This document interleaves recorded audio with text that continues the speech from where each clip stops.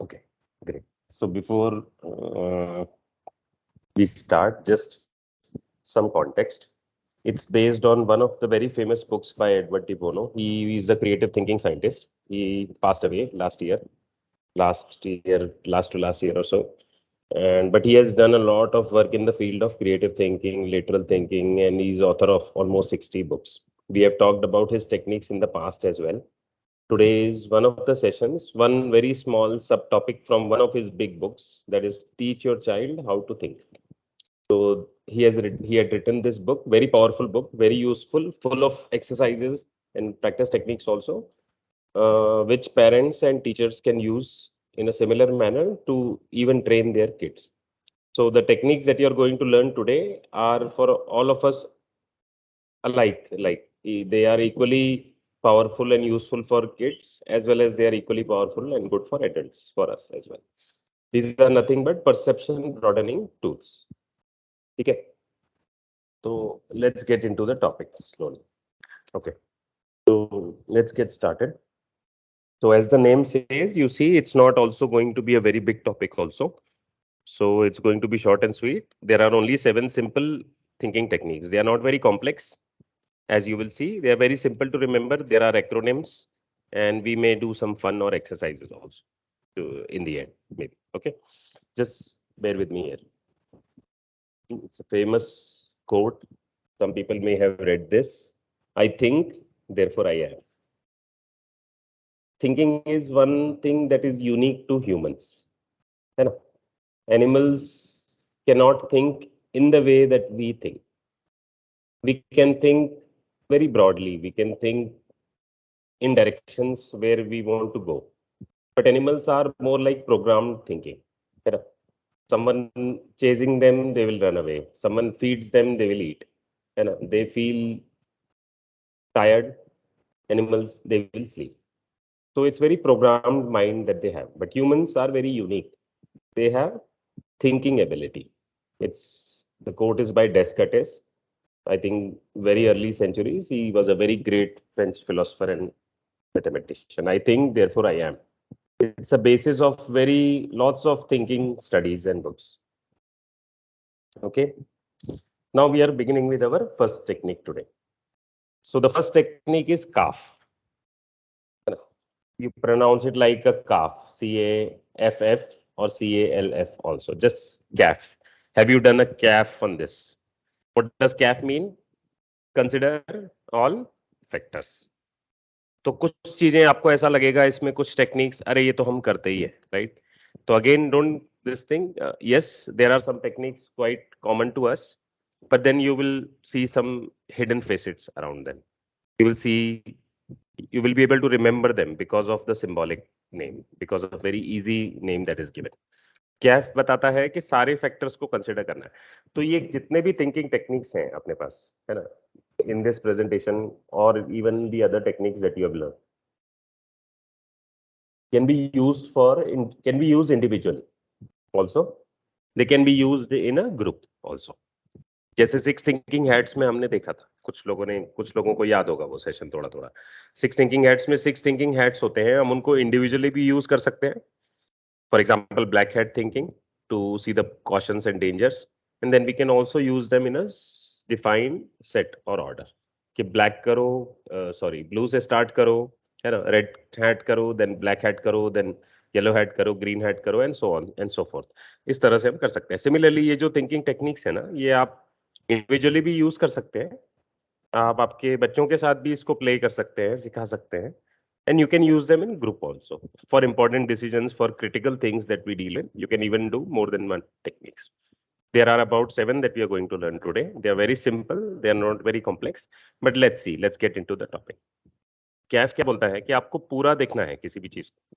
कई बार क्या हो जाता है ना हम कोई डिसीजन लेते हैं तो हम सिर्फ प्रोज एंड कॉन्स लिखते हैं हमें पता है राइट एक लकीर खींचते हैं बीच में and we divide the paper into two that too even very few people do in writing I mean. ठीक है most of us just think in our minds. वो भी कितना जस्ट एक दो चीजें. उसमें भी क्या होता है हम इमोशनली लास्ट में डिसीजन ले लेते हैं. हाँ ये दो अच्छा लग रहा है चलो ले लो खत्म इतना ही होता है हमारा thinking. So most of us are not train to think well. Most of us are not trained to think clearly. Most of us don't know a lot of methods and techniques of thinking.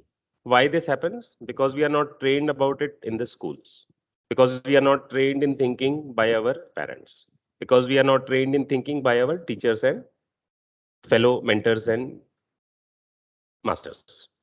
Why? क्योंकि ये culture में ही नहीं है ना? Thinking को महत्व तो दिया नहीं गया है अभी तक ज्यादा, which is a pity. इतना we although we have such a unique skill of thinking, we don't pay too much attention to it. Hence we are lazy in terms of thinking. It's called mental laziness. जैसे physically एक laziness होता है, हमें पता है कि लोग जल्दी नहीं उठते हैं, जल्दी जाते नहीं हैं, बैठ गए तो उठते नहीं हैं, काम के लिए रेडी नहीं होते हैं. We call them lazy people, right? We call them lazy bones. Similarly, there are people who are mentally lazy, and trust me, most of us fall into that category. हम सोचते नहीं हैं ज्यादा, सोचना नहीं चाहते, दिमाग पे जोर नहीं देना चाहते. तो ये टेक्निक्स क्या करते हैं ना, हमें थोड़ा सा ब्रॉडन करते हैं हमारी परसेप्शन को. हमें थोड़ा सा एक छोटा सा एक टूल मिल जाता है कि आपको कुछ डिसीजन लेना है, अरे चलो ये मैग्नीफाइंग ग्लास से देखो. आपको कुछ कहीं पे जाना है, कोई ट्रिप प्लान करना है ना, कुछ बड़ी चीज खरीदनी है, कुछ डिसीजन लेना है, आप ये टूल से देखो. तो वो टूल आपको तुरंत उसका पर्सपेक्टिव दिखा सकता है.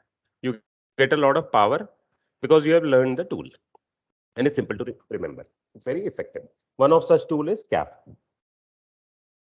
कैफ क्या करता है? It helps you to direct your attention to a particular place.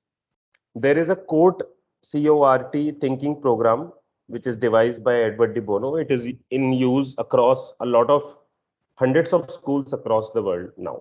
तो उन्होंने एक थिंकिंग प्रोग्राम ही डिजाइन किया था पूरा with all these techniques and many other techniques and exercises and things like that. A syllabus of a year and a half or so.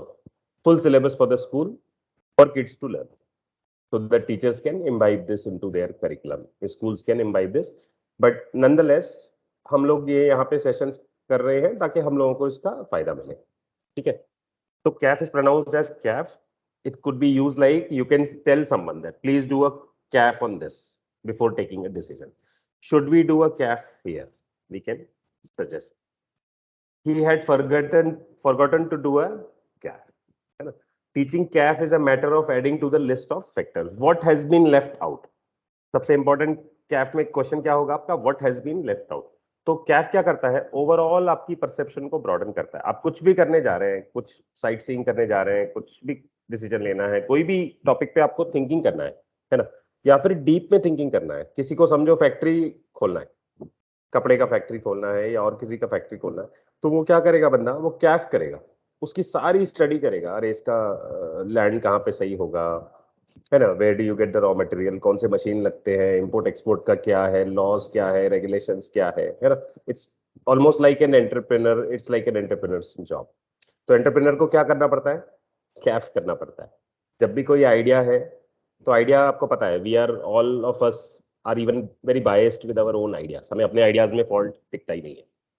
We think our ideas are great, right? तो CAF क्या करता है? It helps you to pay attention to all the factors that may have been missed out. What should be your question? What has been left out.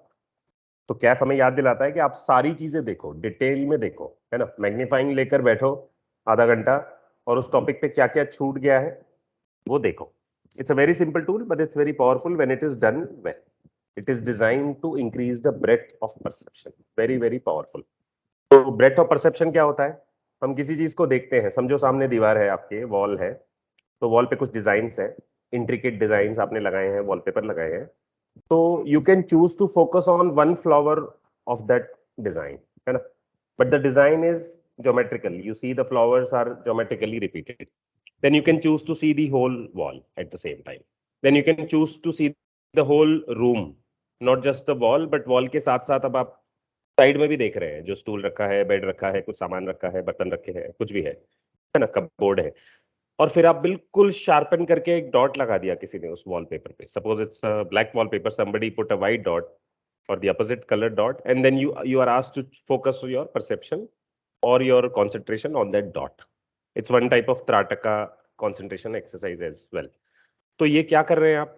एक dot को देख रहे हैं, फिर एक थोड़ा बड़ा एरिया देख रहे हैं, 2-3 फीट तक का आप फोकस कर रहे हैं. Then you are trying to see the whole wall and then you are seeing the whole room.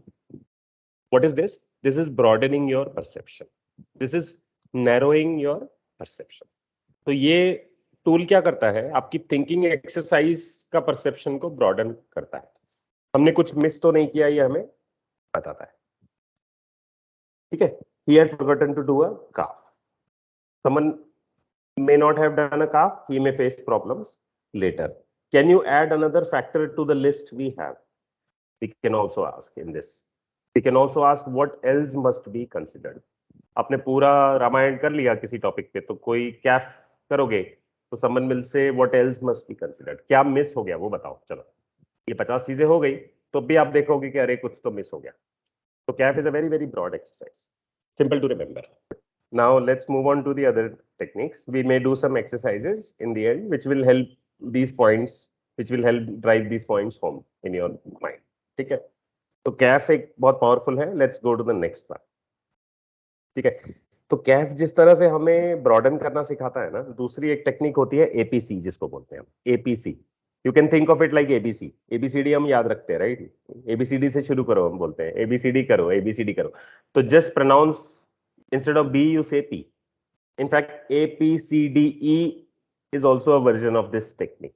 ठीक है, but let's focus just on APC for now to keep it simple.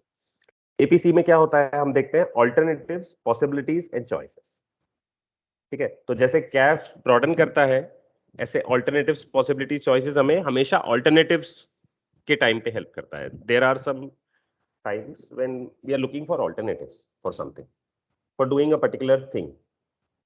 There are many sorts of alternatives, है ना? Alternatives भी बहुत तरीके के हो सकते हैं, like doing something in a different way, like action based alternative, है ना? कोई बोलेगा घर में पेंट करना है, तो कितने तरीके से हो सकता है, रोलर से हो सकता है, ब्रश से हो सकता है ना, स्प्रे से हो सकता है, वॉलपेपर लगा सकते हैं, और कोई टेक्निक है पेंटिंग का, है ना, नोजल बेस्ड है, वो हो सकता है।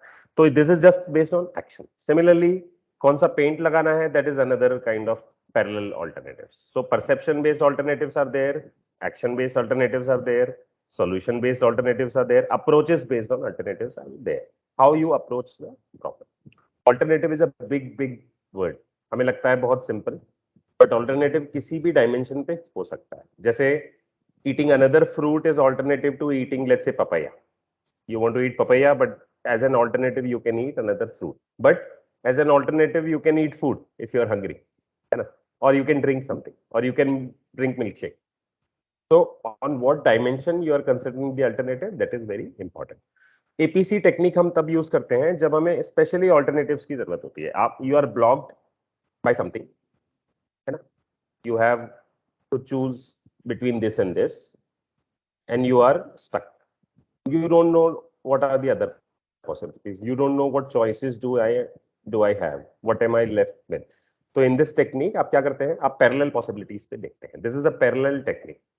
काफी सारा लेटरल थिंकिंग पैरेलल थिंकिंग होता है, लीनियर थिंकिंग नहीं होता है। लीनियर थिंकिंग का क्या मतलब होता है, लीनियर थिंकिंग और vertical thinking is going from point A to point B to point C to point D. ठीक है, जैसे कोई समझो तैर रहा है पानी पे, someone is swimming on the surface of the river or the pool. So there are various points on the pool, A, B, C, D, E, this corner, that corner, center of the pool. So the person is going from point A to point B to point C. But what is parallel? Two basically divers are going inside the pool at the same time. They are not going from A to B, they are going from A to A1. A1 is, let's say, 1 meter deep, A2 is 2 meter deep. So they are going vertical rather than, let's say, in a different direction. Similarly, lateral thinking works in a different direction. You look at the parallel possibilities. It is always worth spending time looking for alternatives. कई बार हमें लगता है कि नहीं, this is the only alternative. बहुत सारी situations में, जैसे मैंने बताया कि we typically are not trained to do thinking. तो हमारी जो थिंकिंग होती है वो बहुत ही लिमिटेड होती है, हमें ऑल्टरनेटिव्स तो दिखते ही नहीं है most of the times. For many situations we don't even see more than one alternative. एक से ज्यादा तो एक ही ढूंढना बहुत कठिन मालूम पड़ता है लोगों को, एक ही नहीं दिखता है सोल्यूशन। ठीक है, बट दूसरे कौन ढूंढेगा, कोई बोलेगा। But then this technique gives you the power to look for more alternatives. It tells you that alternatives are always important because you may not go for them, You may still choose the best option, but having 4 or 5 various alternatives at your hand gives you power. It gives you a parallel possibility. ठीक है? Because traditional ways most of the times don't work. Then we are forced to look for alternatives. You may or may not find further alternatives, as I said, but it is always worth spending some time looking for them. कोई बोलेगा, I want alternative ways of carrying water to that point. है ना? अभी आपको पानी डालना है plants को, जैसे मैंने एग्जांपल दिया था पहले इन अनदर सेशन. तो there are various ways. You can use a sprinkler, you can use a pipe, you can use a mug, है ना? You can ask a gardener to come and do it for you. You can do an automated sprinkler with a machine. So many ways. So there are always alternatives to do things. You may say that I want alternative suggestions to how this system might fail or how this project might succeed. This is pronounced as APC. Just similar, just remember ABC. We always remember ABC, right? Do an ABC on this. Similarly, APC on this. APC, as with CAF, it is very formal and deliberate tool. जितना आप इसको use करेंगे उतना ये techniques sharpen होते हैं. The more you use them, the more you remember them. Typically, the names are very short or easy remembering. ठीक है? तो कैफ देखा हमने, कंसिडर ऑल फैक्टर्स, मतलब पूरा देखो, कुछ मिस हुआ है क्या वो देखो, अटेंशन को ब्रॉड करो. एपीसी क्या बताता है? एपीसी कहता है ऑल्टरनेटिव्स देखो, पॉसिबिलिटीज देखो, चॉइसेस देखो. ठीक है? Let's move on to the next. Another very important. Now you always know, or we know that all the decisions that we take, all the choices that we make in our lives affect a lot of people. समझो career का decision है. Someone is stuck after 12th standard. Most of us do, right? We need to know whether we take science. We need to know whether we go to which college. We need to know which stream to take. We need to understand whether commerce is important or science. We need to understand whether art is of any use. तो 12th के बाद या college के बाद या 10th के बाद students बहुत सारे परेशान होते हैं ये डिसीजंस को लेके. सिमिलरली हाउस होल्ड के कुछ डिसीजंस होते हैं, कुछ बिजनेस के डिसीजंस होते हैं, कुछ हमारे लाइफ के पर्सनल डिसीजंस होते हैं. तो इन सब डिसीजन से अल्टीमेटली क्या होता है ना, you end up affecting a lot of people. For example, decision related to career is going to affect for your life, throughout your life. And it will not only affect you, it may affect your parents, it may also affect your families, it may also affect your colleagues and friends. तो कई सारे decisions में people involve होते हैं. तो ये जो technique है ये पीपल फोकस्ड टेक्निक है. कैफ ब्रॉडन करता है, ऑल्टरनेटिव्स एपीसी पॉसिबिलिटीज दिखाता है. तो ये टेक्निक क्या करता है, ये हमें वैल्यूज पे काम करना सिखाता है. Everyone has their values, and there are people all around us which are related to us, which are going to be affected by what we are thinking about. तो इसमें की चीजें हैं. OPV is the name. OPV मतलब other people's views, or you can also think of it like other people's values, maybe. But think of it like other people's views because people have values. ठीक है? तो इसको हम थोड़ा सा देखते हैं क्या करता है OPV. तो OPV जैसे मैंने बताया कि it's a people thinking, people-centric technique. The world is full of people, right? Thinking is done by people. Thinking is done for the people, by the people, from the people. तो people को भी आपको ध्यान में रखना है क्योंकि कई डिसीजंस औरों को अफेक्ट करते हैं. आप जो भी डिसीजन लेने वाले हैं, people are going to either clap for you or crib for you. They are either going to blame you or they are going to help you. So two key questions are there in this. What are the values involved and who is affected by those? Or you can also rephrase it, what are the views of those who are affected? तो इसमें हम ये दो questions पूछते हैं. तो other people view क्या होता है, जैसे समझो कि कोई स्टूडेंट है, मैंने बताया, तो वो करियर का डिसीजन लेता है. तो करियर का डिसीजन लेते वक्त अगर समझो वो एपीसी करता है और कैफ करता है, तो उसको पता लग गया कि ये सारे कॉलेज है, ये सारे ऑप्शंस है, इसमें इतना सैलरी है, उसमें उतना सैलरी है, इसमें फॉरेन जाना पड़ेगा, इसमें ये करना पड़ेगा. बट वो वैल्यूज नहीं सोचता कभी. ही और she typically don't think what parents will think, right? और ही मे इग्नोर दैट पार्ट. तो वैल्यूज जनरली हमारे इग्नोर हो जाते हैं. हम पीपल सेंट्रिक नहीं सोचते हैं, हम काफी सेल्फ सेंटर्ड सोचते हैं. हम सब लोग ही, है ना, हम ज्यादातर अपना ही अच्छा और बुरा देखते हैं, right? We hardly care to see what families think. We hardly care. Don't get me wrong, most of us do care about our families, definitely we do. But most of our thinking, जब हम अपने decision related thinking करते हैं तो हम values को थोड़ा भूल जाते हैं उसमें. तो ये टेक्निक स्पेशली बनाई गई है to remember that what other peoples think. तो आप जो करने वाले हैं उससे क्या इफेक्ट होने वाला है। तो कुछ क्वेश्चंस इसमें दिए हैं जो याद रखने के लिए इजी हैं। When you do OPV you ask these questions, what are the values involved, who is affected by those values. You can also say what are the views of those who are affected by this. This technique is very much related to the values of the people, because the views of those are going to be affected with your decision. The long term consequences are going to be affecting a lot of people. आप जो भी decision लेंगे, it has a short term consequence and it has a long term consequence. तो long term consequence सिर्फ आपको नहीं affect करेगा, it may even affect the whole society in large. है ना। समझो कोई ड्रिल मशीन लेके आता है हमारे सोसाइटी में और किसी का ड्रिल का या कुछ जोरदार काम चल रहा है, it's making a very heavy noise, aren't all of us affected with that. अगर वो 1 महीना चलने वाला है तो लोग परेशान हो जाएंगे, और अगर एक कोई बोलेगा अरे 1 साल चलने वाला है, तो आप लोग जाके झगड़ा करने वाले हैं, अरे नहीं फिर हम लोग ये हमारा सबका disturb. Similarly even these simple things like maintenance work are affecting the whole society. हम अपने घर पे कुछ काम करते हैं तो हम ये कभी भी ध्यान में नहीं रखते कि इससे नेबर्स को भी डिस्टर्ब हो। So there are so many people affected by so many decisions. ठीक है, तो it helps us to see others argument also. One obvious use of OPV is to consider the thinking of in terms of an argument. तो हमने पहले एक thinking session किया था जिसमें हमने आर्ग्यूमेंट पे एक स्पेशली काम किया था कि आर्ग्यूमेंट होता है तो कैसे उसको सॉल्व करना है। सिमिलरली ये ओपीवी जो टेक्निक है ना, ये बहुत ही पावरफुल है आपके आर्ग्यूमेंट्स को सुलझाने के लिए, क्योंकि पीपल सेंट्रिक है नहीं। तो आर्ग्यूमेंट क्या होता है हमें सबको पता है, हम कुछ बोल रहे हैं सामने अलग कुछ बोल रहे हैं। आर्ग्यूमेंट किसी स्ट्रेंजर से होगा ऐसा नहीं है। आर्ग्यूमेंट तो ज्यादा आपको पता है अपने घर वालों के साथ ही ज्यादा आर्ग्यूमेंट्स होते हैं, या फैमिली के साथ ही होंगे या फ्रेंड्स के साथ होंगे। तो आर्ग्यूमेंट सॉल्व करने के लिए भी ये टेक्निक बहुत अच्छी है। इसमें आप क्या करते हैं, आप बोलते हैं कि भैया अदर पीपल्स व्यूज, है ना। तो आपके क्या व्यूज हैं आप बताओ, मेरे क्या व्यूज है मैं बताता हूँ, और फिर हम दोनों व्यूज को साइड में रखते हैं लाइन बाय लाइन, एंड हम देखते हैं कि मैं ऐसा क्यों सोचता हूँ, आप ऐसा क्यों सोचते हैं। तो in this case you can solve a lot of arguments in business, in families, in friends and in general situations. OPV is a people centric technique. ठीक है, we covered the third one now. CAF हो गया, APC हो गया, OPV हो गया। अब हम नेक्स्ट पे जा रहे हैं। तो और हम देखते हैं कुछ छोटे छोटे नाम, तो सारे छोटे छोटे ही हैं, तो आपको कुछ ऐसा लंबा याद रखने की जरूरत नहीं है। सिंपल सिंपल चीजें हैं। एपी एबीसी की जगह एपीसी हम याद रख सकते हैं। कैफ हमें पता है, ओपीवी अब हमको पता है। अब हम देखते हैं फ्यूचर सेंट्रिक टेक्निक है ये, कॉन्सिक्वेंसेस एंड सीक्वल इसको हम बोलते हैं। तो सीक्वल क्या होता है, कॉन्सिक्वेंस क्या होता है, ये दोनों वर्ड हमें फ्यूचर में जाना सिखाते हैं।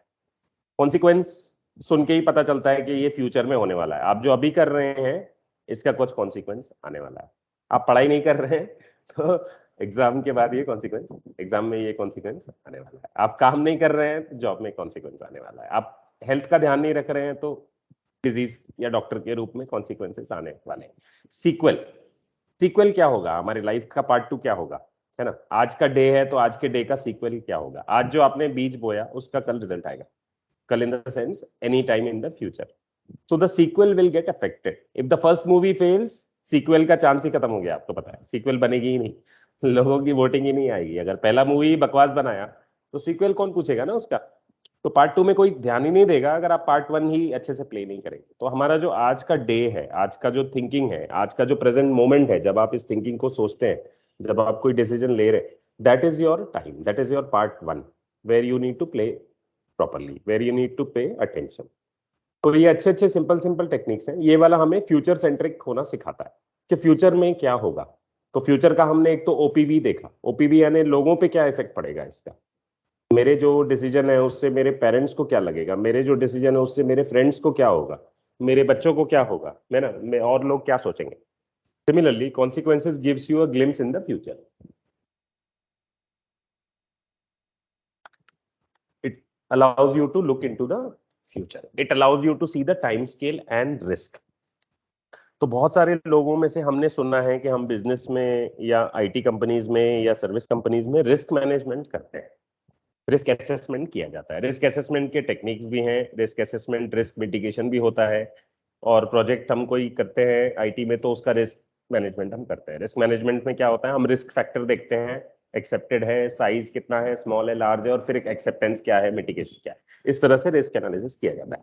तो रिस्क एनालिसिस के लिए ये टेक्निक बहुत काम में आती है। तो आप CNS कर सकते हैं। CNS नाम बहुत छोटा सा है बट बहुत पावर रखता है। It helps you to look into the future.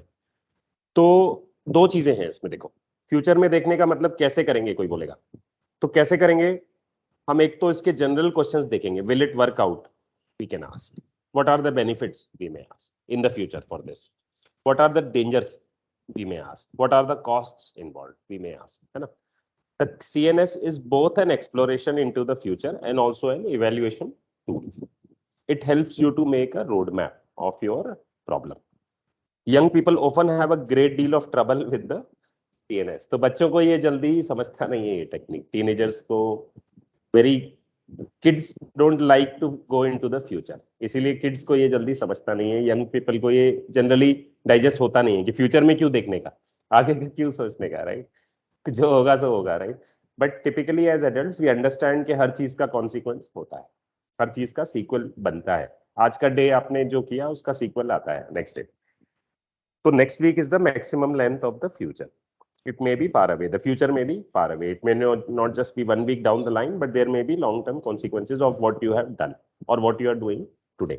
तो टाइम स्केल और रिस्क दो चीजें हम इसमें देखते हैं। कुछ जनरल क्वेश्चंस हम पूछते हैं इस टेक्निक में, जैसे मैंने बताया कि क्या ओवरऑल इसका इफेक्ट होगा फ्यूचर पे, what are the benefits, problems, dangers, risk etcetera. Then time scale पे there are 4 time scale. One is immediate, एक आग में हाथ डाला तो हाथ जल जाता है, इमीडिएट रिजल्ट आता है, राइट। आप किसी को गाली देते हैं तो इमीडिएट रिजल्ट आ सकता है उसका। Similarly, there are short-term results, there are medium-term results, and there are long-term results. Long-term results much later, very difficult to predict. But short-term is like 1 week down the line, क्या effect होगा। Medium-term is like next 2 to 3 years. Long-term is like life भर या बहुत बाद में आपको impact आता है उन चीजों का। तो ये 4 तरह का टाइम स्केल होता है, हमने देखा। एक इमीडिएट होता है, short term, medium and long term, ठीक है। तो हम टाइम स्केल पे देखते हैं अपनी कोई भी टेक्निक को हम जब सॉल्व कर रहे हैं तो हम देखते हैं इसका कॉन्सिक्वेंस ये 4 टाइम स्केल्स पे क्या होगा। क्या मैं कुछ ऐसा करने जा रहा हूं क्या जिसका बहुत लॉन्ग टर्म में इम्पैक्ट आएगा, है ना, या मैं कुछ ऐसा करने जा रहा हूं जिसका सिर्फ इमीडिएट इम्पैक्ट है, नेक्स्ट वीक तक भी कोई इम्पैक्ट नहीं है। बट कुछ चीजें ऐसी हैं जिनका चारों टाइम स्केल पे आपको इम्पैक्ट होगा, है ना। For example taking your career decision, तो ये बहुत लंबा इम्पैक्ट है, आपको पता है। कोई अगर इंजीनियरिंग छोड़ के मेडिकल ज्वाइन करता है या मेडिकल छोड़ के आर्ट ज्वाइन करता है तो उसका पता है, उसको लाइफ भर इम्पैक्ट है उसका, it's a very long term decision, ठीक है। Similarly there may be short term decisions also which have short term impact. तो ये टेक्निक हमें फ्यूचरिस्टिक देखना सिखाती है, रिस्क इम्पैक्ट, रिस्क एनालिसिस करना सिखाती है। Very useful for businesses and projects as well. Risk में क्या होता है, will it work out as I hope it will, हम सोचते हैं। रिस्क में हम पूछते हैं what might go wrong. Risk में हम पूछते हैं what is the worst thing that can go wrong. तो पूरा रिस्क मैनेजमेंट कोई नहीं करेगा तो कम से कम शॉर्ट में हम पूछते हैं कि भैया what is the worst thing that can go wrong, चलो ये बताओ। शॉर्ट में करो, बट बताओ ये 100 चीजें हैं, इसमें से कौन सी ऐसी है जो गलत जाएगी ही जाएगी, या कुछ तो दिक्कत आएगी ही आएगी। तो that is your risk analysis. Detail में भी करते हैं but I am just telling you a few examples and questions. What are the actual dangers you ask, ठीक है। You may, because if you imagine the worst risk and still face it, then you have done some risk mitigation there. कि आपको पता है कि ये चीज गलत जा सकती है, मैंने सोचा था, मेरे लिस्ट में था, ये गलत हुआ है, अब मुझे इतना इम्पैक्ट नहीं होगा इसका, मुझे पता है क्या करना है ना। ऐसा रिस्क होगा तो मैं ये करूंगा, ये फट जाएगा तो ये मैं करूंगा। That's why risk management is helpful, very useful for business critical, cost critical decisions, करना ही चाहिए, ठीक है। रिस्क में और क्या होता है, रिस्क में सर्टेनिटी होती है। You can never be certain about the future always, ठीक है। You can never have full information about the future, चूंकि ये future centric है तो, and we all know that we are too blind for the future. We cannot see into the future really, isn't it? Or can we? We can't, right? So you can never have full information. So you can always say the certainty with which you can say. For example, you can say, I am sure that things will turn out like this. Or you may say, this is only a possibility, but I'm not sure. Or you may say, I have no idea what will happen. Or you may say, this is the most likely outcome. तो time scale या future जब हम देखते हैं तो we cannot say for sure. Never that is the case, right? But you can say with a certain certainty based on the experience. If you are really guessing then you should know you are guessing, है ना। कोई decision ले रहा है future के base पे और time scale के बेस पे, कोई बोलता है अरे इमीडिएट ये होगा, लॉन्ग टर्म इसका ये होगा, शॉर्ट टर्म ये होगा, रिस्क ये है वो है, सब देख लिया है। तो कोई बोलेगा भाई फ्यूचर में एक्चुअली तो हम देख नहीं सकते हैं, all these are predictions only, so how certain are you actually, ये लास्ट क्वेश्चन हम इसमें पूछते हैं। तो वो बोलेगा कि आई डोंट नो और ही में से कि this is the most likely outcome, और ही में से आई एम नॉट श्योर, और ही में से I am very sure that things will only turn out like this, but you can never be sure about the future, so it's good to assess this technique. तो ये technique हमें future centric बताता है, it's very useful for business. Good, let's move on to the next one. Now come the very very interesting technique. ठीक है, ये बहुत ही interesting है, ये बच्चों को बहुत पसंद आता है। ये आप अपने जिनके घर में बच्चे हैं उनको आप सिखा सकते हैं, और ये बच्चे 1 मिनट में सीख जाते हैं ये technique. It's very very interesting, it's very useful and very loved by Keats also. It's called PMI, और ये बहुत जगह पे यूज होता है। PMI is nothing but plus minus and interesting points. तो हमने प्रोज एंड कॉन्स तो सुना है, लेकिन पीएमआई कुछ लोगों ने मे भी सुना भी हो, बट नहीं भी सुना होगा शायद। तो पीएमआई क्या करता है, it goes a step beyond. It is not only allowing you to show plus and minus points or pros and cons, but it also allows you to show interesting points about certain thing. It forces you to explore the situation before judging. It's a very very powerful tool in your thinking kit, in your thinking arsenal. Think of it as a very very powerful tool. तो जैसे हमने देखो अलग अलग हम techniques देख रहे हैं, हमने 7 टेक्निक्स की आज समय निकाला है, right. We have set aside time to learn 7 different creative thinking techniques.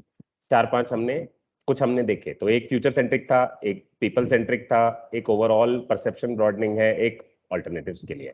तो PMI is a general purpose tool. It's a general purpose tool in your arsenal. It can help you take, it can be applied to almost every situation. It's a very good tool of evaluation, exploration, and scanning.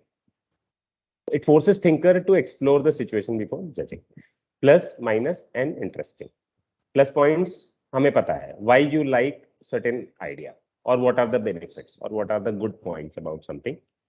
Minus का मतलब भी हमें पता है, why you don't like something, or what are the bad things, or what are the not good points, not so good points about something. But there are always some interesting points which open other avenues, which open other thinking avenues, which gives you more ideas. ठीक है, तो समझो कोई explorer है ना। There used to be explorers in early centuries. जिन लोगों ने अमेरिका ढूंढ के निकाला, जिन लोगों ने अमेजोन ढूंढ के निकाला, तो उस टाइम पे कोई साधन नहीं होते थे, तो वो लोग क्या करते थे, they used to take a very arduous trips, they used to meet these native Adivasis and they used to talk their language and sometimes get killed in between and all those things. So very difficult journeys. तो जब explorer return करता है किसी expedition से, so he may have a very incomplete description of a new island that he found or a new land that he may found. तो उसको बोला जाएगा कि भैया तुम वापस जाओ और सारे डायरेक्शन में जाओ, नॉर्थ में जाओ, साउथ में जाओ, उस आइलैंड पे जो तुम्हें मिला, ईस्ट में जाओ, वेस्ट में जाओ, सेंटर पे जाओ, ऊपर से देखो, नीचे से देखो, फिर सारा वो बना के आओ उसका मैप, है ना। Similarly this technique helps you to create a map. PMI is almost a holistic tool to look at anything. It's a very short tool also, कि जल्दी से आपको क्विक, और ये जल्दी से दिख जाता है ना, प्लस जल्दी समझ में आ जाता है, माइनस जल्दी समझ में आ जाता है। तो ये प्लस बोला माइनस बोला कि हमें तुरंत 2-3 पॉइंट तो दिमाग में आ ही जाएंगे। इंटरेस्टिंग थोड़ा टाइम लगता है, once you practice you will see some interesting points also, but they are very easy to apply. This technique is very, it's a very simple overall exploration scan technique. Interesting maybe what would happen if, for example, interesting points are observations and comments. It could be neutral points, neither good or bad, which can also come under interesting. It's a scanning tool. ठीक है, इसको ऐसे भी समझ सकते हो कि आपको मैप बनाना है, आपने कोई टेक्निक पे डिसीजन लेना है, आपने 3 बॉक्स बना दिए। You took 3 cups from your kitchen और 3 जार्स और 3 प्लास्टिक और glass jars and you labelled each one as P, M and I respectively, और फिर आपने चिट्ठियां बना के उसमें डालते गए। आपको एक कॉम्प्लेक्स टॉपिक पे मनन करना है, डिस्कशन करना है, थिंकिंग करना है, तो आपने सारे प्लस पॉइंट्स उसमें लिख के डाल दिए प्लस जार में, माइनस वाले माइनस में डाल दिए, इंटरेस्टिंग वाले इंटरेस्टिंग में डाल दिए। तो जब आप ये सारे चिट्ठियों को निकाल के बनाएंगे तो you will have a very detailed scanned map of what you want to do. ठीक है, always keep the PMI sequence also in this order. तो कोई बोलेगा मैं आई से शुरू करूंगा, why it is given in certain order, because plus motivates you, right? Directly आप माइनस पॉइंट्स देखेंगे तो हमें पता है हम लोग डिप्रेस हो जाते हैं generally. A lot of people are not accustomed, not habitual thinkers to start with minus points ever, क्योंकि माइनस हो गया ना तो परसेप्शन ही बदल जाता है हमारा.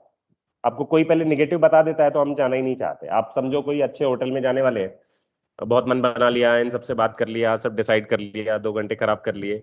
अब लास्ट में आपको कोई बोल देगा अरे ये बहुत माइनस पॉइंट हुआ था, वो होटल में ये रहता है, गंदा रहता है, झगड़ा रहता है, कुछ तो रहता है, और आपका दिमाग खराब हो जाता है. Then you don't want to go there, right? So minus alters your perception. Similarly, it is recommended to use this technique in this given order only. So always start with plus points, always start, then go with minus, and then go with interesting points, which may fit points which are not fitting anywhere, or you may see some interesting observations. Let's see, but remember this as a very very interesting technique. ये बच्चों को बहुत जल्दी पकड़ में आता है. आप कभी, so those who want to play with kids on this, definitely you can experiment with this. ठीक है, let's move further. So ये हमने एक जनरल पर्पस टेक्निक देखा अभी, ये कहीं भी अप्लाई हो सकता है. Okay, now we are going to another beautiful technique which is on this beautiful slide, which is called as FP.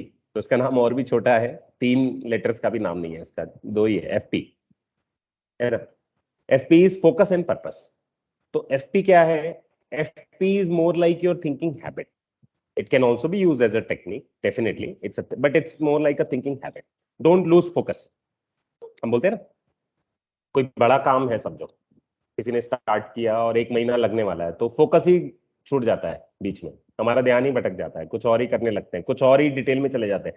जो जनरली देखो कोई बड़े बड़े प्रोजेक्ट्स कोई लेता है ना, जैसे ऑथर्स होते हैं समझो, और specially non fiction stats based authors होते हैं, लाइक मैल्कम ग्लेडवेल और Nassim Nicholas, who write books like Black Swan and all these. तो ये 10-10, 15-15 साल ये लोग रिसर्च करते हैं एक बुक पे. To write one book, they read thousands of others and they do research for 10 to 15 years. तो कई बार क्या होता है ना, फोकस ही लूज हो जाता है, क्योंकि किसी एक टॉपिक को सीखने के लिए आपको 100 टॉपिक और सीखने हैं, साइंस के, मैथ्स के, तो आप किसी और एक टॉपिक में इतना डीप में चले जाते हैं ना, you lose your focus. Specially big projects के साथ होता है, बिग थिंकिंग प्रोजेक्ट्स के साथ भी होता है, बिग प्लानिंग प्रोजेक्ट के साथ भी होता है. तो एफपी क्या है? एफपी सिंपली हमें याद दिलाता है कि don't lose your focus. What is the focus and purpose of your thinking at any given point. कोई पूछेगा समझो, तो कोई प्रोजेक्ट है जो डेली मीटिंग होती है उस पे समझो, उस प्रोजेक्ट पे, और सब लोग मिलते हैं और डेली थिंकिंग करते हैं और अपना अपना आउटपुट देके चले जाते हैं. लेकिन रैंडमली कोई बीच में पूछेगा भाई what is the focus and purpose, कि I think we have lost track of the focus, कोई याद दिलाएगा, right? So it's a thinking habit. तो आप लाइफ में कुछ भी कर रहे हैं, आप ऑफिस का काम कर रहे हैं, अपने लिए कुछ काम कर रहे हैं, फैमिली का कुछ काम कर रहे हैं, कोई थिंकिंग कर रहे हैं, you should always at any given point be able to answer this question to yourself very easily. अगर कोई आपको रैंडमली बीच में पूछता है कि भैया what is the focus and purpose of what you are doing, और अगर आपको सोचने को इसको आधा घंटा लगता है, then you may have lost track. आपको पता नहीं है फिर आप क्यों कर रहे हैं, पर्पस क्या है इसका, फोकस क्या है, मेरा मेरा फोकस चेंज हुआ है क्या, भटका है क्या, मैं कुछ और देख रहा हूँ क्या, मेरा ध्यान कहीं और है. तो फोकस और पर्पस आपको टास्क पे रखता है, बिंगो, है ना, भटकने नहीं देता. It's a thinking habit to develop. It's a good tool in your arsenal to become a good, generally becoming a good thinker in life. तो कहीं पर भी आप हैं, आपको पता है कि कोई मीटिंग बुलाता है और लोग आते हैं, and then there is a topic to be discussed, और फिर 20 मिनट तक लोग गप्पे लड़ाते हैं. कोई बताएगा कल ये मूवी लगी थी, तुमने देखा क्या, ये लगा क्या, वो खरीदा क्या, ये अच्छा है, वो अच्छा है. और 20 मिनट बाद कोई पूछता है भाई इसमें फोकस क्या है, तुम्हारा फोकस क्या है और पर्पस क्या है इस मीटिंग का. तो फिर सब लोग ध्यान में आ जाता है, चलो भाई let's discuss what we are here for. तो कई बार फोकस और पर्पस नहीं कोई इटरेट करेगा ना, कोई बोलेगा नहीं जब तक कि फोकस और पर्पस ये है इसका काम का, या फोकस अभी यहाँ है, तो हम लोग हमेशा नेविगेशन भूल जाते हैं. It could be a journey. Journey में भी होता है ना, जर्नी में हम सुबह निकलते हैं कुछ और खरीदने के लिए, कोई और मिल जाता है, फिर स्पेशली कहीं पे हम जाते हैं लंबा, समझो आप ट्रैवल के लिए निकले हैं, या दोपहर को निकले हैं और रात को आने वाले हैं, और कोई मेन काम है, तो कई बार ऐसा हो जाता है कि मेन काम रह जाता है, बाकी सब काम हो जाते हैं, या फोकस हम भटक जाते हैं, किसी का फोन आ जाता है, कुछ हो जाता है. तो एफपी हमें याद दिलाता है कि where are you in future और are you in present. FP से फ्यूचर और प्रेजेंट भी होता है. तो फ्यूचर में जनरली हम चले जाते हैं, फोकस एंड पर्पस से भी आप याद रख सकते हैं. We should be routinely conscious of focus and purpose of all our thinking, and not just one at one time. For any task that you are doing you must remember the focus and purpose. कोई आपको statue ऐसे बोलता है तो आपको कोई आके बोलेगा इसका एफपी बताओ भाई, तुरंत एफपी बताओ, क्या कर रहे हो, क्या फोकस है, क्या पर्पस है, तो आपको बताते आना चाहिए कि हाँ भाई ये फोकस है मेरा अभी और ये पर्पस है इसलिए मैं कर रहा हूँ, then you are on track. But if you are not able to answer this to even to yourself और to others, then you may have lost track. FP very simple technique. Think of it as like a thinking habit to be inculcated. Think of it like a second nature if you want to become a good thinker. ठीक है? Good. Let's go further. ठीक है? So we have another beautiful, I think two more beautiful techniques. Let's quickly see them and then we can do some quick summary. Ago. Ago is another technique. Aims, goals and objectives. तो हम देख रहे हैं कि सब flavour के techniques हैं हमारे पास यहाँ पे, है ना? पीपल सेंट्रिक था, फ्यूचर सेंट्रिक था, ब्रॉडनिंग था, पीएमआई जनरल पर्पस है, कहीं पे भी आप प्लस माइनस इंटरेस्टिंग देख सकते हैं। एफपी हमने देखा it's more like a thinking habit to be developed. AGO क्या बताता है? AGO is aims goals and objectives. You can pronounce it like AGO, you can also pronounce it like AGO, but remember aims goals objectives. Aims goals objectives अलग अलग चीजें नहीं है, actually अलग अलग चीजें हैं, but for general purpose you can think of them as the same thing. क्योंकि जनरल पीपल के लिए भी टिपिकली अंडरस्टैंड कि हाँ एम गोल ऑब्जेक्टिव एक ही बात है, करेक्ट? बहुत बारीक डिफरेंस होता है तीनों में, but think of them as for one only for this matter. Okay, तो know the focus and purpose of thinking at any given moment, ये हमने देखा। Alternative definitions of objectives and sub objectives. तो AGO क्या करता है? गोल की याद दिलाता है। गोल सेंट्रिक टेक्निक है ये। It helps you to see your goal at all times. जैसे फोकस एंड पर्पस है, तो फोकस एंड पर्पस थोड़ा ब्रॉड क्वेश्चन है, लेकिन कोई बोलेगा और फोकस, चलो इस पे अगो भी करो। अब सिर्फ एफपी से आंसर करेक्ट नहीं मिला, अभी अगो करते हैं भाई। एम्स क्या था इसका, गोल्स क्या है, और गोल्स क्यों कहा, गोल क्यों नहीं कहा सिंगुलर? क्योंकि you know there may be various goals to a project, there may be various objectives and then there may be various sub objectives also. तो ये perception broadening attention directing tool है ये भी। AGO very powerful technique. तो कोई बोलेगा you have called this meeting but I want to know what is the exact objective. मुझे AGO करो इसका मतलब, है ना? मीटिंग में आने के बाद कोई बोलेगा सबसे पहले अगो बताओ, इसका एम्स क्या है, गोल्स क्या, ऑब्जेक्टिव्स क्या है। एजेंडा मत बताओ एम्स बताओ डायरेक्टली, गोल्स क्या है वो बताओ, या एफपी बताओ पहले, फोकस एंड पर्पस बताओ और फिर एम्स एंड गोल्स बताओ। सो ये दो टेक्निक्स आपको, FP is more like a habit, ago is more like a technique, helps you to see the goal at all times. What are the questions you may ask in this?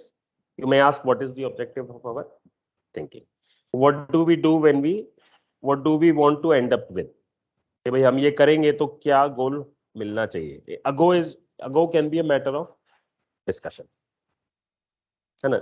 कुछ brainstorming में भी हम इसको use कर सकते हैं कि कोई बताएगा कि मुझे लगता है भैया ये गोल्स हैं इसमें, तो दूसरा बंदा बोलेगा मीटिंग में नहीं मुझे लगता है ये गोल्स हैं, कोई बोलेगा नहीं मुझे लगता है ये है। तो उन सबको हम लिख के ले लेंगे और फिर हम देखेंगे कि भैया हाँ ठीक है, इससे हमें एक पूरा मैप मिल गया, इससे हमें एक हाई लेवल ब्रॉड ऑब्जेक्टिव्स मिल गए। तो इसमें ऑब्जेक्टिव्स हो सकते हैं, सब ऑब्जेक्टिव्स हो सकते हैं। What are the questions you may ask?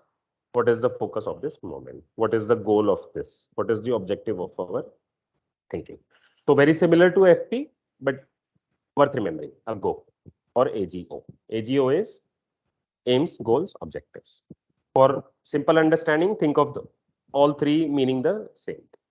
There are very fine distinctions, but for our sake, just consider aims, goals, and objectives mean the same. Okay, let's quickly see the last one after this, and then we can take a quick pause. Okay, so this is the seventh we are going to learn today. It's called FIP. FIP is first important priorities. तो देखो सब तरह के हम देख रहे हैं, तो फिप क्या बताता है? फिप बताता है कि सबसे पहले क्या करना है। प्रायोरिटाइजेशन हम बार बार सुनते हैं, राइट? प्रोजेक्ट होता है, हजारों चीजें कोई बोलेगा अचीव करनी है अमृता नहीं है आज कॉल में, बट अमृता बार बार मुझे पूछती है कि प्रायोरिटीज बताओ पहले इसको, राइट? P1 क्या है, P2 क्या है, बग्स में भी सारा पूछती है प्रायोरिटीज बताओ पहले। तो प्रायोरिटीज बार बार हम लोग सुनते हैं, तो ये प्रायोरिटाइजेशन का टेक्निक है, इसको ऐसा समझो, या फिर ऐसे भी समझो कि प्रायोरिटाइजेशन के लिए यूज कर सकते हैं, या ऐसे समझो कि प्रायोरिटीज पे फोकस करेक्ट लेकर आता है ये हमारा। It's called as FIP, it's pronounced as FIP. FIP is first important priorities. तो देखो हजारों चीजें होती हैं, कोई भी काम करना है आपको, कई बार लिस्ट लंबी होती है, कोई शॉपिंग लिस्ट है, कोई टू डू लिस्ट है, कोई बकेट लिस्ट है, कोई चेक लिस्ट है, बट हम ऑर्डर वाइज भी करते हैं उसमें। आपको पता है कि अगर दिन भर में आपको 50 टास्क करने हैं और आपने 50 एक पेपर पे लिख लिए, चेकलिस्ट बना लिया, बट उतना काफी नहीं है, आपको पता है राइट, क्योंकि 50 तो पूरे होंगे भी नहीं शायद पूरे दिन में कोई सुपर ह्यूमन होगा तो 50 हो भी जाएंगे, और some of us can do it, और at least some of the days when we are free, but आपको पता है 5 में से 10 ही होंगे, कल 5 ही होंगे। तो if you don't have priorities, if you don't have done FIP, if you haven't done FIP on your list, you may not be able to achieve that, or you may end up achieving less important ones, or you may end up doing stupid things and wasting your time. तो priorities is include and avoid भी आता है इसमें, कि क्या include करना है, क्या अवॉइड करना है ना। आपकी लिस्ट में से कुछ चीजें काट देनी है कि भाई ये तुमने लिखा है बट काम का नहीं है, इसको छोड़ दो या अवॉइड करो, और कुछ चीजें इंक्लूड करो, तुम्हारी लिस्ट में ये मिसिंग है, ये ऐड कर। तो इंक्लूड और अवॉइड हमें याद दिलाता है। प्रायोरिटीज क्या बताता है, इज प्रोनाउंस एज फिफ्थ, जैसे मैंने बताया, it's directly concern with priority. What are the priorities here, most important question. हम इसमें क्या पूछते हैं, what are the priorities here. जैसे कैफ में हमने पूछा कि have you considered all the factors, है ना। एम्स में हमने पूछा व्हाट आर द गोल्स, भैया मुझे गोल्स बताओ, उसके एजेंडा बताओ, पहले फोकस पर्पस बताओ। सिमिलरली प्रायोरिटीज में आप पूछते हैं कि प्रायोरिटीज क्या है, what objective is what we are trying to achieve. Very nice. Priorities are guidelines which tell how to get there. तो देखो ऑब्जेक्टिव बनाएंगे, गो करेंगे टेक्निक, हम लोग एफपी करेंगे, तो हमें क्या पता लगेगा, गोल्स पता लगेंगे, ऑब्जेक्टिव्स पता लगेंगे, लेकिन वहां जाएंगे कैसे। ऑब्जेक्टिव्स तो लिख लिए, लेकिन करोगे कैसे। तो ऑब्जेक्टिव्स करने के लिए जो रास्ता है वो है प्रायोरिटी। तो पहले अगो करते हैं, फिर फिप करते हैं। अगो से पता चलता है गोल्स क्या है इन डिटेल, ऑब्जेक्टिव्स क्या है, सब ऑब्जेक्टिव्स क्या है, and then with FIP you know what are the priorities और steps to get there. Step 1 क्या है, स्टेप 2 क्या है, स्टेप 3 क्या है, and so on and so fourth. Helps you to get the priorities right about something. Not everything is of equal importance. Very very important point. Not everything is of equal importance. क्यों priorities करना जरूरी है, क्योंकि हर एक का weightage equal नहीं है। Not everything is equally important. आपने 50 आइटम लिख के लिस्ट में, सारे इक्वली इंपॉर्टेंट नहीं होते, इजंट इट? क्या होते हैं सारे someone will say otherwise, but try to get me here that you will always need to prioritize, because you may not be able to achieve all 50 or all 100 on a given day, or on a given hour, or on a given deadline. Okay, so there are always some things that are most important, there are always something that are more important than the others, and there are always low priority tasks. तो इसलिए priorities करना important है। I suspect that my priorities are different from yours. तो देखो fifth बहुत अच्छी technique है, not only priorities but ये कॉन्फ्लिक्ट रेजोल्यूशन के लिए भी काम में आता है। तो कॉन्फ्लिक्ट रेजोल्यूशन के लिए हमने एक टेक्निक देखा था अभी थोड़ी देर पहले, very good. OPV is one technique which is used for conflict resolution also. तो सिमिलरली फिप जो है, फर्स्ट इंपॉर्टेंट प्रायोरिटी, ये भी कॉन्फ्लिक्ट रेजोल्यूशन में काम आता है। फिप हम आर्ग्यूमेंट सॉल्विंग के लिए भी यूज कर सकते हैं। तो कोई बोलेगा कैसे कर सकते हैं, कैसे कर सकते हैं। We may say, I suspect my priorities are different from yours. Let us both do a FIP and then compare the outcome. इस तरह से हम कॉन्फ्लिक्ट रेजोल्यूशन से कर सकते हैं। क्या हो सकता है कि देखो हम झगड़ा कब करते हैं, आर्ग्यूमेंट कब होता है, जब सामने वाले के वैल्यूज या प्रायोरिटीज आपसे अलग होते हैं। तो वैल्यूज आपको पता है ओपीवी में कवर हो गया, तो प्रायोरिटीज इसमें कवर हो जाता है। तो ये दोनों टेक्निक पीपल सेंट्रिक भी है। Priorities not only is very powerful to save your time and give you a list of priorities and prioritization, it is also a people resolution and problem solving technique or argument solving technique. तो कोई लड़ रहा है, कोई argue कर रहा है, आप उसको बोलेंगे भैया ठीक है, तुम इसलिए ये बोल रहे हो क्योंकि तुम्हारे प्रायोरिटीज कुछ अलग है, मुझे ऐसा लग रहा है। चलो हम क्या करते हैं, मेरे प्रायोरिटीज में लिखता हूँ और तुम्हारे प्रायोरिटीज तुम लिखो, और फिर हम उनको साइड बाय साइड कंपेयर करते हैं, and then we can have a resolution. So FIP is also used for conflict resolution. FIP tool is also like AGO tool, क्योंकि अगो में गोल्स दिखते हैं, फिप में आपको तुरंत प्रायोरिटीज दिखते हैं। इंक्लूड एंड अवॉइड में क्या होता है, some priorities need to be avoided. जैसे देखो कुछ हम इन्वेंशन करने जा रहे हैं, कुछ हम प्रोडक्ट बनाने जाते हैं, कोई फैक्ट्री बना रहा है बंदा, जैसे मैंने बताया था, तो कुछ जनरल इंक्लूड गाइडलाइंस होती हैं, कुछ जनरल अवॉइड गाइडलाइंस होती हैं। जैसे सेफ्टी इज ऑलवेज इंक्लूड। तो मुझे बताओ कोई अगर फैक्ट्री है, कोई शॉप है, कोई होटल है, अगर वो सेफ इन्वायरमेंट ही नहीं है वहां पर, है ना, लोग अब्यूज करते हैं या और किसी आपकी लाइफ को खतरा है अगर, तो आप वहां नहीं जाना चाहेंगे ना। Safety is paramount, safety is for everyone, तो safety is general include factor. आप कुछ भी करो लाइफ में, आपको सेफ्टी का पहले ध्यान रखना पड़ेगा, for you and for your family and for the others also, so that your product are not harmful to others. कोई टॉयज बनाता है ना, टॉयज के फैक्ट्रीज, तो शार्प एजेस, डिटैचेबल पीसेस, उन लोगों को ध्यान रखना पड़ता है। आपने देखा होगा टॉयज पे लिखा रहता है not suitable for 3 years and below and so on. There are sharp parts पे लिखा रहता है, डिटैचेबल पार्ट्स इंक्लूडेड। ये क्यों लिखा रहता है? क्योंकि इंक्लूजन एंड अवॉइडेंस उन्होंने फॉलो किया है गाइडलाइंस। तो इंक्लूड में क्या आता है, कुछ जनरल इंक्लूजन गाइडलाइंस आते हैं, जैसे safety has to be included. It does not matter कौन सा प्रोडक्ट है, क्या करता है, कौन से देश के लिए बना रहे हो, सेफ्टी इज एवरीवन्स इंपॉर्टेंट है, safety is everyone's business. Similarly avoidance guidelines में क्या होता है, pollution is for example avoidance guideline. आप कोई भी प्रोडक्ट बनाओ, कितना भी अच्छा बनाओ, कुछ भी करो, लेकिन अगर आप पोल्यूशन कर रहे हो एनवायरमेंट के लिए at a big level, then you need to avoid, it's a avoidance guideline, you need to consider. कुछ भी करो, pollution as is everyone's business also. Similarly pollution avoid general avoid में आता है, सेफ्टी जनरल इंक्लूड में आता है। I give a simple example for you to understand. तो फिर हमें इंक्लूड और अवॉइडेंस भी देखना सिखाता है, ठीक है। देन समवन में से हाउ मेनी प्रायोरिटीज, तो this is up to you, you can set up an artificial limit. कोई बोलेगा मैं फर्स्ट 5 प्रायोरिटीज पे काम कर सकता हूँ आज, है ना, या इस टाइमलाइन में, इस व्हाइट लाइन में, इस डेडलाइन में मैं 5 पे कर पाऊंगा। लिस्ट तो 50 की है, बट लेट्स फोकस ऑन 5, ठीक है। That will be up to us, that will be on the time scale. You can set up an artificial limit for yourself or based on the requirement, but think of how many priorities always, क्योंकि priority में भी कई बार ऐसा होगा कि आपको लगेगा ये 50 में से 20 चीजें इंपॉर्टेंट है, तो 20 भी हम एक साथ तो नहीं कर सकते ना। So you may have to pick 5, you may have to pick 10, or you may have to pick certain order, ठीक है। so very very powerful. Fifth helps us to see the priorities, helps us to resolve conflicts. Now we have finished all of them. Okay, thank you for joining us. Hope it was useful and nice.